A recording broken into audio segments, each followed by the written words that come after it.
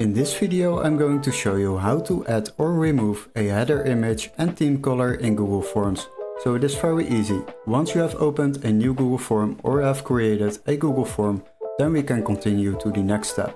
So what we will do, we will go to the right top corner and there you will find the interface. We will click on Customize Theme. So click on that. After that you are able to set the text style, so the fonts. You can also select the colors for the theme. And after that you can also select a header image. So for this one I will select one, and as you can see we can use stock images, but we can also use our own images. So I will upload an image, and let's say we would like to use our thumbnail as a image. We will select it, and after that it will be uploaded. Now as you can see we can move it a little bit to resize it, or maybe leave it like this. So I will use this part, and after that I will click on done when you are happy with the design.